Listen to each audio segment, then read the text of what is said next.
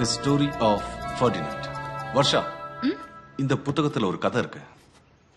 இந்த புக்கு வந்தது 1936ல. யுத்தத்துல இருந்து வீரர்களை பின்வாங்கறதா சொல்லி ஹிட்லர் இந்த புத்தகத்தை எரிச்சிட்டாரு. ஜெர்மனில இந்த புத்தகத்தை தடை பண்ணிட்டாங்க. ஆனா அந்த காலத்துல இருந்த குழந்தைங்களுக்கு ரொம்பவே பிடிச்ச ஒரு கதை இது. இதெல்லாம் இப்ப எதுக்கு என்கிட்ட சொல்றீங்க? கேதரோட பெட் டைம் ஸ்டோரி இதுவா கூட இருந்திருக்கலாம். நீ வேணுடா கண்ண மூடி யோசி. அவ வந்து உன் காது கிட்ட இந்த கதையை சொல்லுவா. கண்ண மூடுறியா? அட சும்மா கண்ண மூடு.